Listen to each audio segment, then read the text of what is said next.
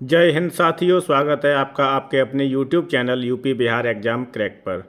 आज हम practice set 23 का अध्ययन करेंगे जो आपका जीएस से संबंधित है। और ये जो सीरीज चल रही है वो उत्तर प्रदेश पुलिस और बिहार पुलिस के लिए बहुत ही महत्वपूर्ण है। हिंदी और जीएस की सीरीज इस चैनल पर चल रही है। यहाँ से आप दोनों पोर्शन को कवर कर सकते हैं। अब तक जीएस में 22 और हिंदी में 14 प्रैक्टिस सेट कंप्लीट हो गए हैं और इन्हें आप देख लीजिए एक बार अच्छे से। और जो चीज़ें नहीं समझ में आए उन्हें कमेंट बॉक्स में पूछ लीजिए। चलिए शुरू करते हैं आज की क्लास। तो पहला प्रश्न है, भारतीय संविधान का निम्नलिखित में से कौन सा अनुच्छेद केंद्र और राज्य के बीच में वैधानिक संबंधों से संबंधित है? तो 268 से 293, 256 से 363 या 300 से 310 और डी विकल्प है 245 से 255। तो 245 से 255 जो है वो केंद्र राज्य के बीच में संवैधानिक संबंधों को बताता है। अगर पूछ ले कि केंद्र और राज्य के बीच जो संबंध है वो किस भाग में है, तो ये चीज़ है भाग 11 में। किस में है? भाग 11 में। ठीक है, तो भाग भी अच्छे से पढ़ने हैं आपको। जैसे पहले भाग में क्या है? संघ और राज्य क्षेत्र है। भाग 2 में क्या है? नागरिकता है। भाग 3 में मूल अधिकार हैं। ठीक, भाग 4 में राज्य के नीति निर्देशक तत्व हैं और भाग 4 के का में मौलिक कर्तव्य या मूल कर्तव्य हैं। ठीक, भाग 5 में आपका संघ है। भाग 6 में क्या है? राज्य है। भाग 7 में क्या है? तो भाग 7 में है सूचियाँ और भाग 8 में है भाषाएं। भाग 8 में क्या है? भाषाएं। तो भाग आपको याद करने, भाग से प्रश्न पूछा जाता है। दूसरा प्रश्न है, निम्नलिखित भारतीय राज्यों में से किस राज्य की लोकसभा में केवल एक सीट है? तो एक सीट किस में है? मिजोरम में है। और सेकंड का आंसर हो जाएगा ए। क्या हो जाएगा? सेकंड का उत्तर ए हो जाएगा। तीसरा प्रश्न है, पहली बार लोकसभा को निम्नलिखित में से किस प्रधानमंत्री ने भंग किया था? लोकसभा को भंग करने वाली कौन थी प्रधानमंत्री? तो वो थी इंदिरा गांधी। और थर्ड का आंसर हो जाएगा डी। क्या हो जाएगा? डी। चौथा प्रश्न है, फेसबुक पर शो देखने के लिए निम्न में से कौन से प्लेटफॉर्म का उपयोग किया जाता है? तो वो होता है फेसबुक वॉच। और 4 का उत्तर हो जाएगा डी। क्या हो जाएगा? डी। पांचवा प्रश्न है, कंप्यूटर में जेपीईजी का पूर्ण रूप क्या है? जेपीईजी एक फॉर्म होती है जिसकी फोटोग्राफ जेपीईजी फॉर्म में क्या किया जाता है? सेव किया जाता है। ठीक, तो जेपीईजी की फुल फॉर्म पूछ रहा है, joint photographic experts group. Fifth का आंसर हो जाएगा ए। क्या होती है जेपीईजी की full form? Joint photographic experts group. छठवां प्रश्न है, प्रेमचंद द्वारा लिखित निम्न में से कौन सी पुस्तक नहीं है? कर्मभूमि, गोदान, रंगभूमि, चित्रलेखा। तो चित्रलेखा जो है वो प्रेमचंद द्वारा लिखित नहीं है। बाकी कर्मभूमि, गोदान, रंगभूमि ये प्रेमचंद द्वारा लिखित पुस्तकें हैं। ठीक है, चित्रलेखा किसकी है? तो चित्रलेखा है भगवती चरण वर्मा की। भगवती चरण वर्मा का उपन्यास है चित्रलेखा। सातवां प्रश्न है, इनमें से किस वस्तु पर भारत में वस्तु एवं सेवा कर जीएसटी के तहत टैक्स लिया जाता है? सीएनजी, शराब, पेट्रोल या सोने के आभूषण। तो जीएसटी किस पर लिया जाता है? सोने के आभूषण पर लिया जाता है। 7 का उत्तर हो जाएगा डी। आठवां प्रश्न है, निम्नलिखित में से कौन उत्तर प्रदेश का लोकगीत नहीं है? ठीक है, प्रश्न जब पढ़ो तो पूछा है लोकगीत है या नहीं है, ये अच्छे से आपको पढ़ना है। ठीक है, तो 13 ताल, कजरी, सोहर या चैती। तो कजरी, सोहर, चैती ये उत्तर प्रदेश के लोकगीत हैं। 13 ताल नहीं है। तो 8 का जो आंसर हो जाएगा वो हो जाएगा ए। क्या हो जाएगा? ए हो जाएगा। ठीक, 13 ताल कहाँ का है? तो 13 ताल आपका है राजस्थान का। कहाँ का है? 13 ताल राजस्थान का लोकगीत है। 9वां प्रश्न है, प्रसिद्ध सूफी संत शेख सलीम चिश्ती की दरगाह उत्तर प्रदेश की कौन सी जगह पर है? जौनपुर, कन्नौज, फतेहपुर सीकरी या बाराबंकी। तो सूफी संत शेख सलीम चिश्ती की दरगाह है फतेहपुर सीकरी में। और 9 का उत्तर हो जाएगा सी। क्या हो जाएगा? सी। अकबर कहाँ पर जाते थे? शेख सलीम चिश्ती की दरगाह पर।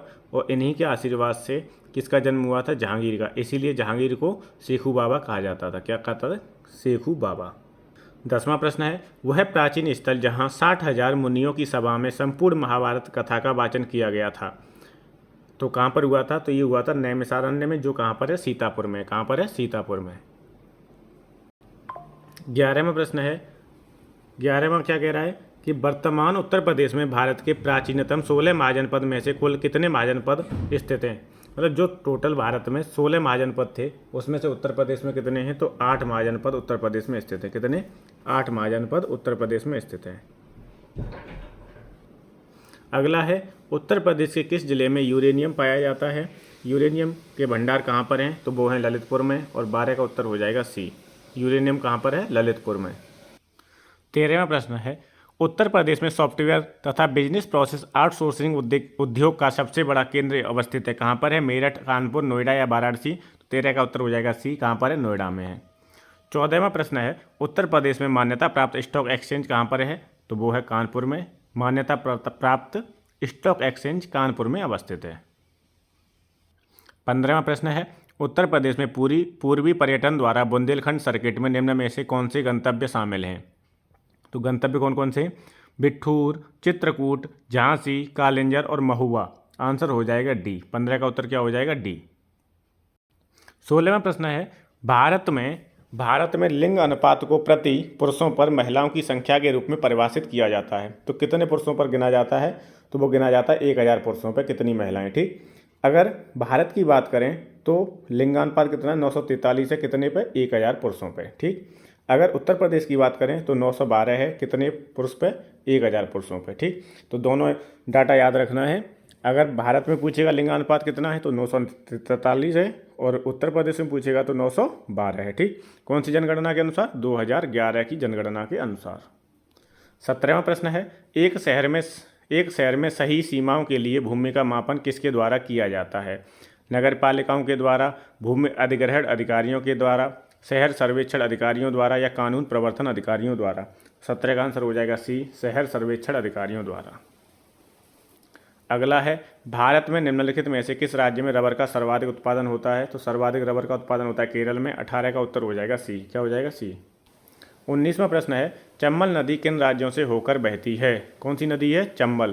तो चंबल आपको मिलेगी उत्तर प्रदेश, मध्य प्रदेश और राजस्थान में। कहाँ कहाँ बहती है? कौन कौन से राज्य में? तो चंबल नदी आपकी उत्तर प्रदेश, मध्य प्रदेश और राजस्थान में बहती है। और 19 का उत्तर हो जाएगा सी। चंबल नदी मालवा पठार पर स्थित महुआ के निकट निकलकर पश्चिमी उत्तर प्रदेश से राजस्थान में प्रवेश करती है। उत्तर पूर्व दिशा में बहती हुई इटावा उत्तर प्रदेश, इटावा जिले में यमुना नदी से मिल जाती है। इसका प्राचीन नाम क्या है? तो चरमड़वती है। क्या है? चरमड़वती। तो ये 3 राज्यों में बहती है, उत्तर प्रदेश, मध्य प्रदेश, राजस्थान। 19 का आंसर हो जाएगा सी। बहुत ही इंपॉर्टेंट जनजाति है बुशमैन। अगला प्रश्न है, बुशमैन जनजाति किस क्षेत्र के आसपास घूमती है? तो बुशमैन जनजाति मिलेगी आपको कालाहारी मरुस्थल में। कहाँ पर मिलेगी? कालाहारी मरुस्थल।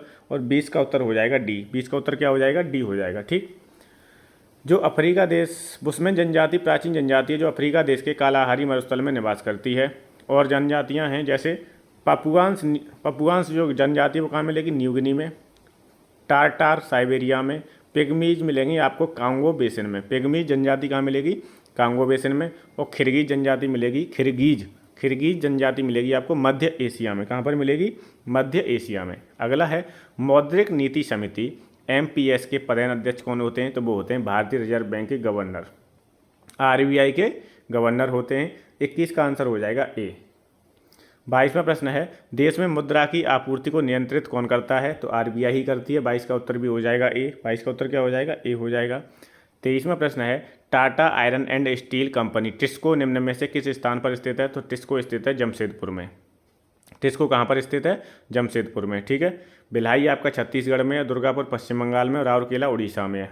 और भिलाई की स्थापना हुई थी रूस की सहायता से। ठीक है, दुर्गापुर की स्थापना हुई थी ब्रिटेन की सहायता से, और राउरकेला की स्थापना हुई थी जर्मनी की सहायता से। इसकी एक ट्रिक है भीरू। ठीक है, राज और दुबे ऐसे।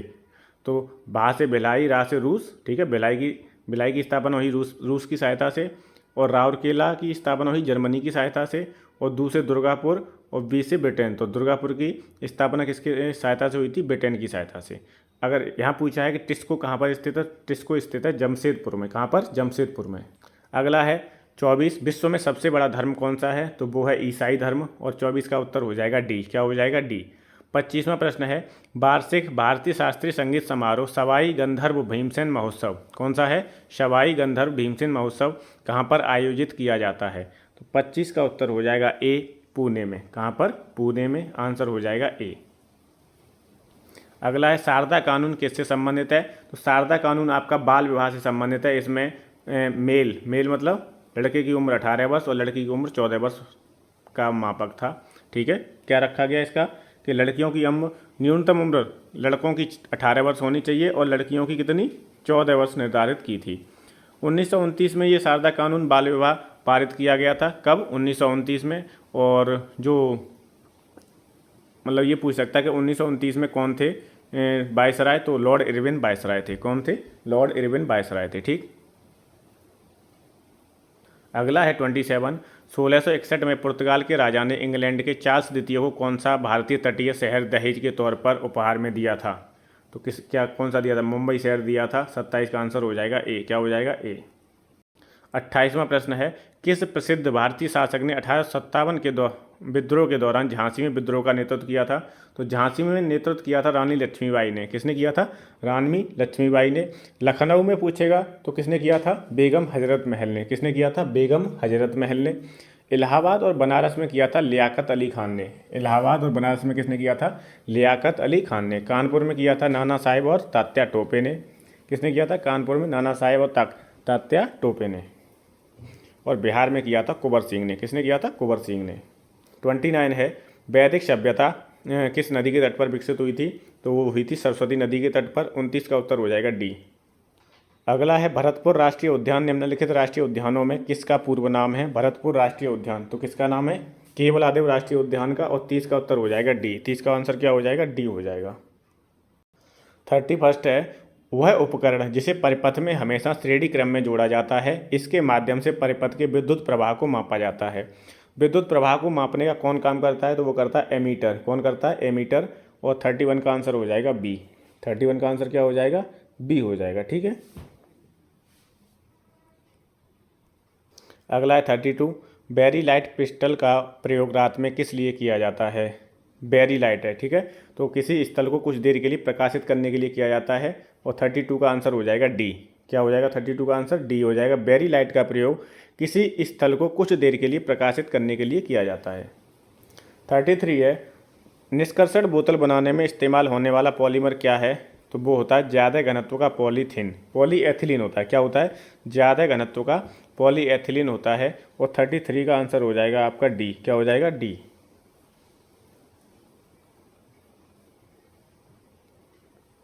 33 का आंसर हो जाएगा डी। अगला प्रश्न है 34। हृदय रोग विशेषज्ञ ईसीजी का प्रयोग करते हैं रिकॉर्ड दर्ज करने के लिए क्या? तो हृदय की गति को रिकॉर्ड करने के लिए ईसीजी प्रयोग होता है। और 34 का आंसर हो जाएगा ए। क्या हो जाएगा? ए। 35 है, चाय में कौन सा मनोप्रभावी दवाई पाई जाती है? दवा पाई जाती है। तो चाय में पाई जाती है कैफीन। क्या पाई जाती है? कैफीन पाई जाती है। और 35 का आंसर हो जाएगा डी। क्या हो जाएगा? डी हो जाएगा। ठीक। 36। अब 3 प्रश्न आपके ये करंट के हैं कि अक्टूबर 2023 में कृषि विज्ञान कांग्रेस का आयोजन कहाँ किया गया था? तो कहाँ किया गया था? केरल में। आंसर हो जाएगा बी। अगला प्रश्न है, सितंबर 2023 में नई दिल्ली में किस मंत्रालय के द्वारा भारतीय भाषा शिखर सम्मेलन का आयोजन किया गया था? तो शिक्षा मंत्रालय के द्वारा। 37 का आंसर हो जाएगा ए। 38 है, हाल ही में एशियाई विकास बैंक ने भारत के सतत शहरी विकास और सेवा वितरण कार्यक्रम के लिए कितने ऋण को मंजूरी प्रदान की है? $400 मिलियन को। ये 3 जो प्रश्न हैं लास्ट के वो आपके करंट के हैं, लेकिन ये पुराना प्रैक्टिस सेट है तो यहाँ से करंट पूछा जाना मुश्किल है। आपको जनवरी से जुलाई तक की करंट पढ़ के जानी है। ठीक। तो इस क्लास को यहीं समाप्त करते हैं और आपके 23 प्रैक्टिस सेट कंप्लीट हो गए हैं। नेक्स्ट क्लास में हम 24वां प्रैक्टिस सेट हल करेंगे। तो इस क्लास को यहीं समाप्त करते हैं। Thank you so much.